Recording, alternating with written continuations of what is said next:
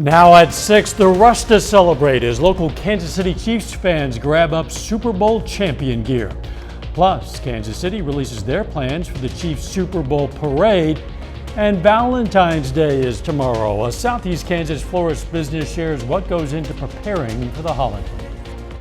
The 4 states' most watched news starts now. A day after their team won the Super Bowl, Chiefs fans are gravitating to championship gear. This is KOAM News at 6. I'm Dow Quick. One hot spot for Chiefs gear in Joplin is Academy Sports on Rangeline. Sales of the championship memorabilia there began as soon as the game ended last night. Not a surprise in Chiefs country.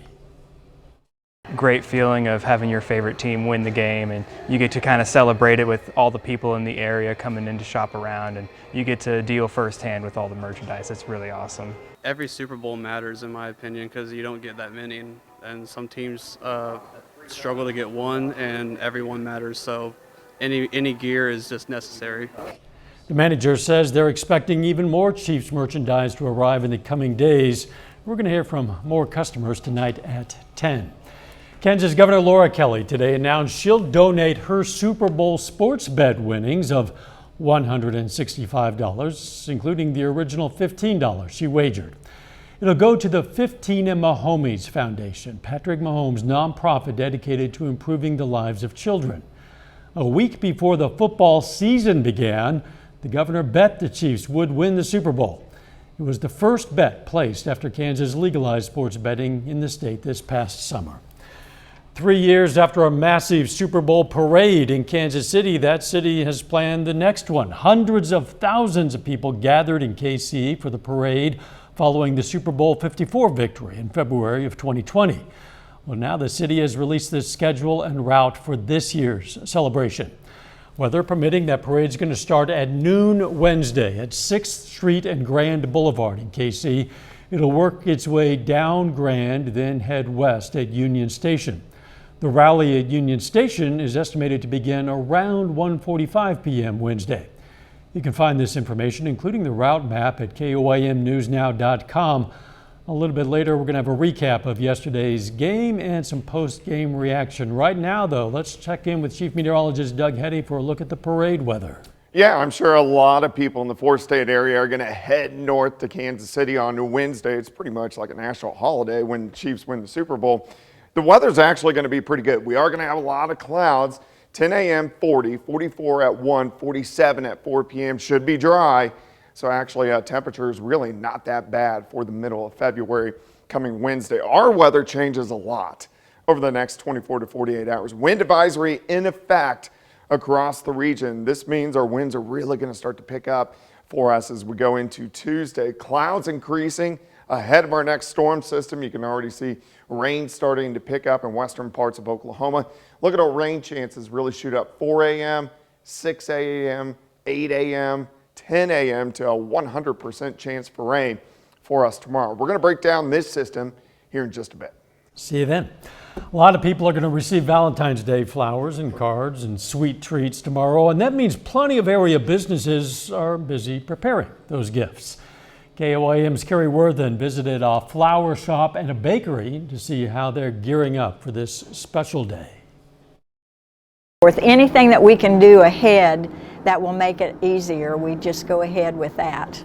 Country Gardens in Columbus, Kansas started planning early for Valentine's Day. We usually, right after the new year, we start estimating how many candy bouquets, and we start making bows. We put together the candy arrangements, looking for supplies, what you need, and get those ordered. Along with florists, bakers are busy making heart-shaped, everything. Celebrations by Lori in Pittsburgh had a huge Super Bowl weekend with Chiefs cookies on top of Valentine's Day orders. And it gets kind of hectic. Yeah, it's challenging. It takes a lot of pre-planning, it takes a lot of dedication, it takes a lot of extra hours, but we always hate to miss out on an opportunity to be part of those extra special celebrations as well. Horton said she will send out about 80 to 100 dozen cookies and 30 to 40 dozen cupcakes. and Yerk said she'll make around 250 bouquets. My husband, when we first got married, was always buying me a dozen roses. Well, we couldn't pay the electric bill, and I said, no more dozen roses. So 36 years ago, he bought me a flower shop. While she has guaranteed flowers on Valentine's Day, shops like these two are working around the clock with extra employees to make the holiday memorable. In Columbus, Carrie Worthen, KOAM News. Celebrations by Lori employees work extra hours during the Valentine's Day season. Country Gardens hired 11 extra employees this holiday. The Joplin Area Chamber of Commerce says the nomination period is now open for its Business of the Year awards. Now is the time to nominate a business or nonprofit for its impact on the local economy and to the overall progress of the Joplin area. Awards are presented in 3 categories. Those are businesses with 50 or fewer employees, businesses with more than 50 employees, and nonprofits. Build pride in your community, but also among the chamber membership, and recognizing those businesses and not-for-profits who have really stepped up and taken the time to go the extra step to really be the best versions of themselves. To see the requirements for nominees and how finalists will be chosen for the awards, go online, KOAMnewsnow.com. Coming up, a Southwest Missouri woman shares her story of how a pacemaker saved her life years ago at a young age. Plus, a historic attraction at Silver Dollar City is closing its doors. February is American Heart Month, and a Webb City woman is telling her story of how a pacemaker saved her life 30 years ago. KOAM Shagun Bamideli has more. When she was 15 years old, Amy Quinn was dressing for school one morning in 1993 when she dropped unconsciously in the kitchen due to a heart spell called neurocardiogenic syncope, a condition that impacts the heart's rhythm and can cause fainting spells. Amy says the event and diagnosis were terrifying. But the fear on my parents' face probably accelerated my fear, because they were obviously terrified that their 15-year-old was having these issues. And then I remember being in the hospital prior to implantation and praying a lot and knowing that this is a big deal, even for a 15-year-old girl. When Amy was rushed to the hospital, she was treated by Dr. John Cox, a childhood doctor who inserted a pacemaker to help control the heartbeat. Pacemakers can stimulate the heart in either the upper chambers or the lower chambers, and most commonly we implant devices that have the capacity to do both. With several technological advances over the years, Dr. Cox tells me how he has seen the pacemaking technology change from when he puts one in his youngest patients in 1993 till today. The initial pacemakers were large, hockey puck size things, and they're now down to a pretty small device that doesn't really stick out very much. Now, after 30 years of living with a pacemaker, Amy is a caregiver, treating people herself. That I was in and out of the hospital so much as a child that working in healthcare just was second nature to me. And so giving back and working in healthcare is just a part of who I am, you know, and educating. I connect a lot with, so I work with a lot of elderly folks, and I connect with them when I see that they have a pacemaker. I say, oh, I have a pacemaker too. And that, you know, that usually breaks the ice and we have a conversation. Reporting in Joplin, Shagun Bamideli, KOAM News. According to the CDC, heart disease is the leading cause of death for women in the United States. Fire in the Hole, the historic indoor roller coaster at Silver Dollar City, is coming to an end. An official with the amusement park says more than 25 million people have ridden it since it opened half a century ago. The 2023 season at Silver Dollar City will be the grand finale of Fire in the Hole. A little bit later, we're going to look back on the KC Chiefs' huge win in last night's Super Bowl. Plus, we have a lot of changes moving in over the next 24 hours. We're going to talk about that coming up.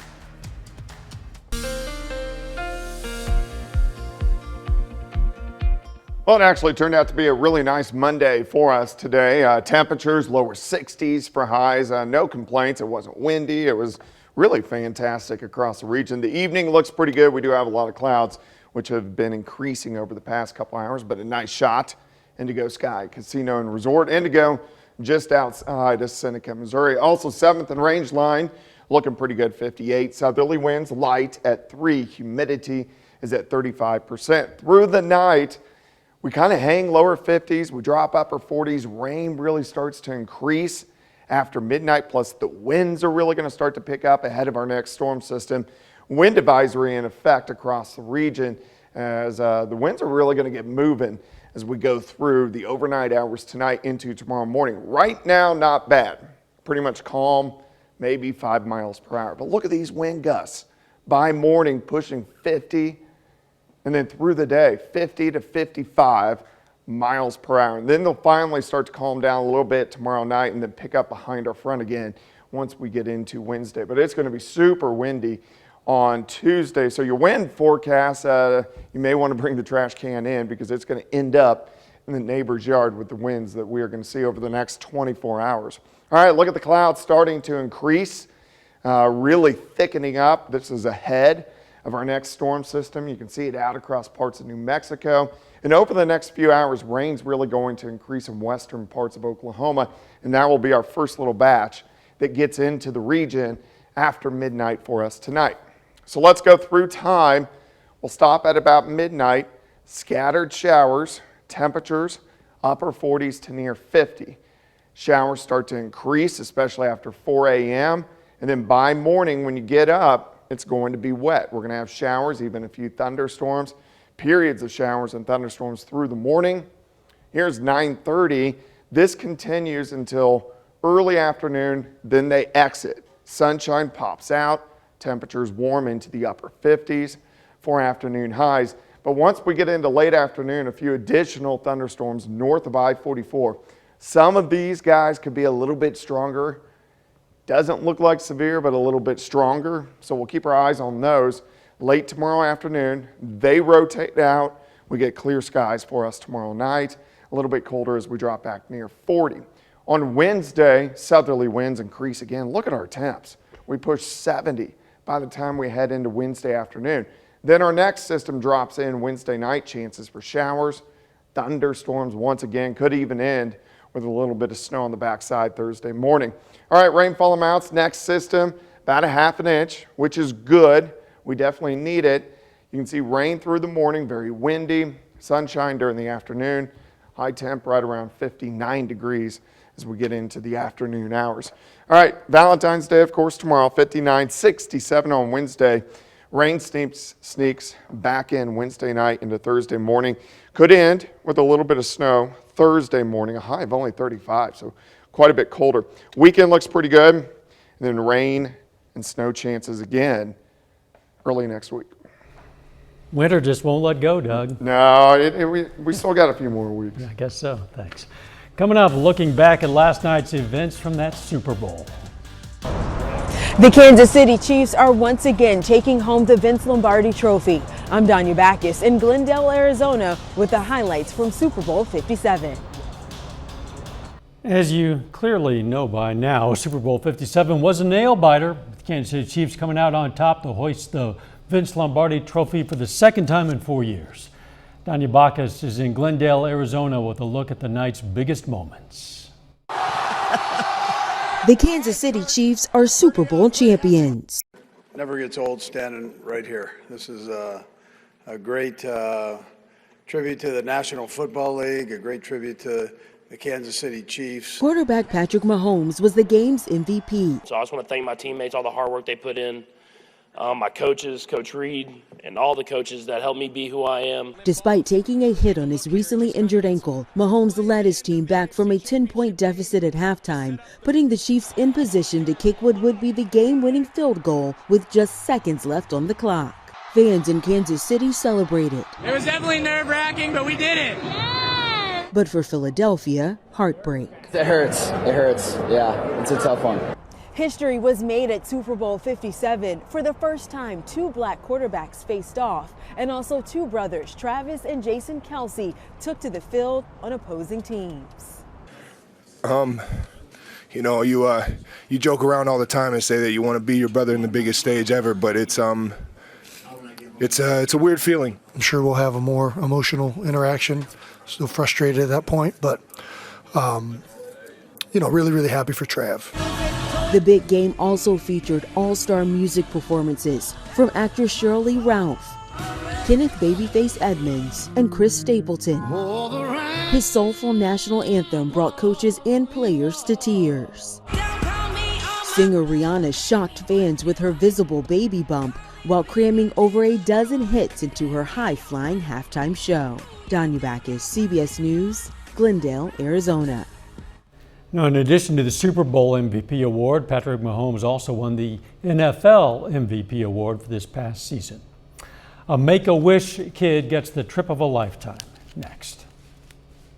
Here's a look at what's coming up on KOAM News at 9 on Fox 14. We're going to have more from Chiefs fans as they snag some championship merchandise in the 4 states. Plus, the city of Webb City looks to create a disc golf course in King Jack Park.